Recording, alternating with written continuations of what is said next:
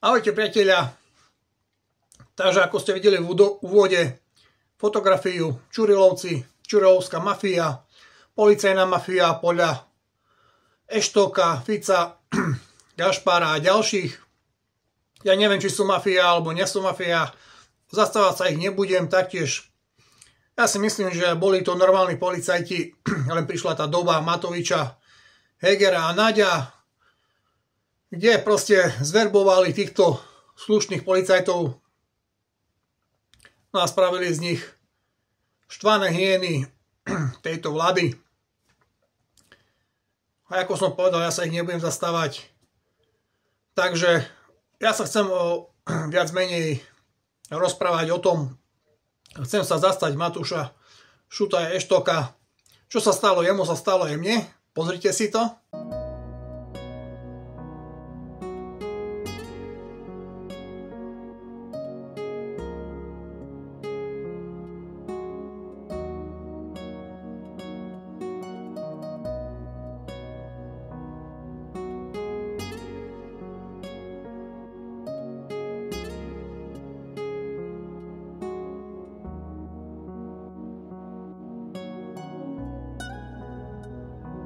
Čurilovci, ktorí sú obvinení z trestnej činnosti a podľa zverejnených nahrávok sa vyhrážajú všetkým, ktorí sa im nepodvolia, hovorili v nich o podpálení auta svojej kolegyni či o fyzickom útoku, nemôžu byť za žiadnych okolností oslavovaní. Čurilovci a ich právnik Kubina tentokrát zažalovali priamo mňa, keďže v súdnych sporoch s ministerstvom vnútra ťahajú za kratší koniec. Avšak teraz to prebehlo potichu. Bez toho, aby som mal možnosť sa pojednávania zúčastniť a viesť dokazovanie vo veci. Súdca poslal informácie o súdnom spore do mojej elektronickej schránky, ktorú síce mám, ale vzhľadom na svoju vyťaženosť ju prakticky nepoužívam. Súd sa bez môjho vypočutia a bez akéhokoľvek dokazovania vo veci postavil na stranu partie obvinených Čurilovcov a potrestal ma za názor, ktorý som otvorene komunikoval dlhodobo a za ktorým si stojím. Som presvedčený o tom, že ak by som mal možnosť vyjadriť svoj názor a súd by sa reálne zaoberal zistením skutkového stavu, nedospel by k takémuto záveru. Mne sa to javí ako neprimerané zvýhodnenie partie obvinenej z trestnej činnosti a to nie je možné považovať za správne. Ešte raz opakujem, že za svojimi slovami si stojím, budem ich hovoriť naďalej a urobím všetky právne kroky, aby som toto pochybné rozhodnutie zvrátil. Takže videli ste to, mne sa to stalo toto samé, ale s tým, že ja som mal súkromný účet, elektronickú schránku, aj firemný účet, elektronickú schránku. Ako na súkromný, tak na firemný účet ja som vôbec nechodil, lebo ja som tam nedostával absolútne nič. Firemný účet mala plnú moc moja ekonomka a tým pádom to haslo, ona tam si preberala tie daňové veci, kde podávala a sledovala, že či je všetko v poriadku, všetko zaplatené. Takže ja som tieto už nevyužíval, ale mal som ten elektronický občiansky a elektronickú schránku. No a čuduj sa svete, tam mi prišla jedna vec s istými ľuďmi, ktorým som vyňadal, lebo boli na mojich pozemkoch, si ma natáčali. A bol tam nejaký ten konflikt, ale iba slovný. No, oni boli podať na okresný úrad, na prestupkové, že som na nich nakričal a neviem čo všetko. No a oni ma vyzvali cez tú elektronickú schránku, aby som prišiel, podal nejaké dovolanie, svoj nejaký ten článok o tom, že ako to bolo, ako nebolo. A tým pádom, že ja som o tom nevedel, že mi to poslali mi to 3x 30 dní prešlo na tú dobu, aby som sa mohol odvolať alebo mohol reagovať. Oni, viac menej tá pani riaditeľka, moja známa, ona očakávala, že prídem a že to hneď uzavrie. No ale viac menej som nechodil, tak vyrobili mi ešte dokonca pokutu 60 €, že som im vynadal. Čo som povedal, že dobre, stalo sa, ale presne tú istú vec, ešte keď som robil v Hlase, tak tú istú vec prakticky sme riešili potom s ministrom.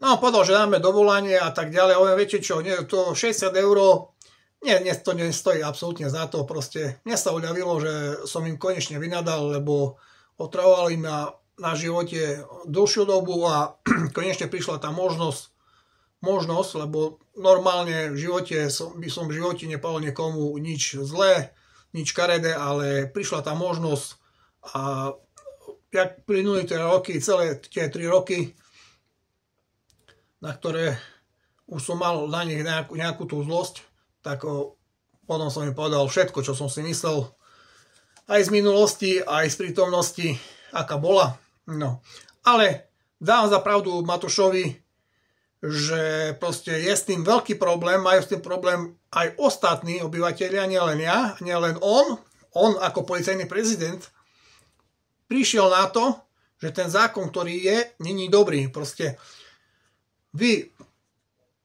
niekedy bolo tak, ale už teraz to mám, lebo ja som si okamžite zrušil, okamžite v ten deň, ako mi prišlo ten rozkaz, som to zaplatil, zrušil som elektronickú schránku, jak firemnú, tak súkromnú. No a odvtedy mám svätý pokoj, všetko, čo mi príde doporučenie, ja si to prídem, prevezmem a hneď viem, že čo mám riešiť. Takže, ak máte aj vy takúto schránku, pozerajte si to stále, každých 15 dní zhruba, lebo nikdy neviete, čo vám tam príde vám tam nejaká pokuta, ani neviete o tom, máte na to iba 30 dní aby ste sa odvolali, alebo povedali, či je to áno, alebo nie. A tým pádom vám príde potom už len exekučný príkaz na zaplatenie nejakej škody, alebo nejaké tie pokuty plus exekútor a tak ďalej. Takže dávajte si na to pozor.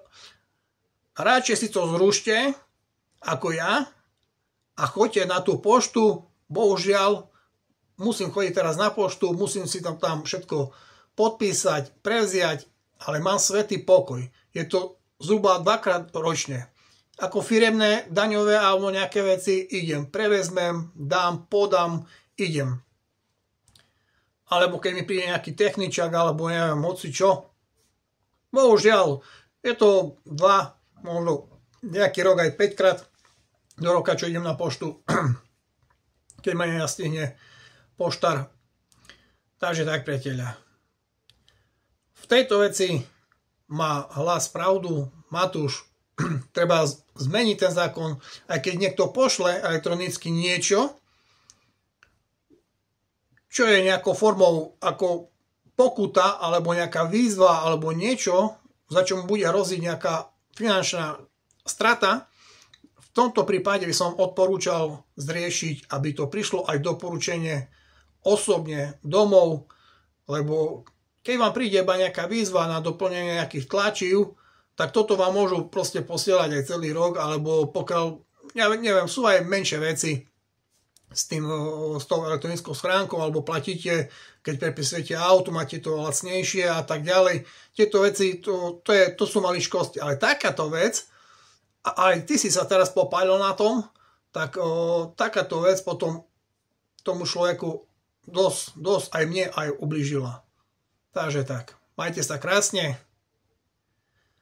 Už chystáme nové brutálne video, takže pridajte sa na odber, budem veľmi rád. Čaute.